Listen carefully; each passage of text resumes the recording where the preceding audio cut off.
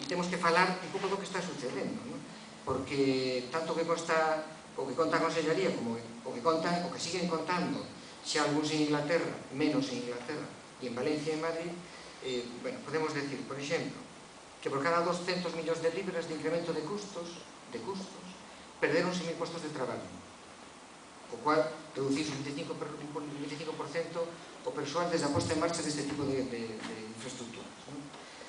Perderonse 13.000 camas, que é moito decir, entre o 97 e o 2001. Ahora, Inglaterra, que era un país onde había un exceso de camas, probablemente, ahora é unha zona absolutamente deficitaria, de camas de hospitais. E depois, tampouco é maravillosa a xestión que están realizando por estes hospitais, que un dos motivos da privatización era para mellorar a xestión e reducir as listas de espera que tiñan, pois están tendo listas de espera moi abundantes. Os materiais son de peor calidade, estáse comprobando. A reposición tamén.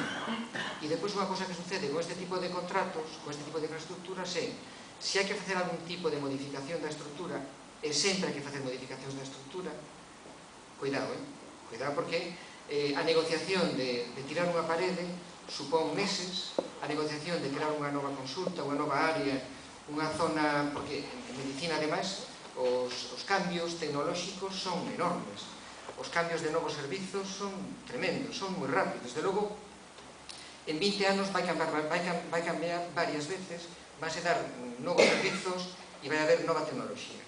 Por lo tanto, vai haber que facer novas obras. E os Sergas, cando quieran negociar con esa infraestructura, con esa empresa concesionaria, para adaptar esa estructura, ese edificio, aos novos servizos, vai ter que negociar un monopolio. E non vai poder decir, agora vou contratar con outro. Non, porque durante eses 20 anos ten que negociar con esa empresa, con ninguén máis.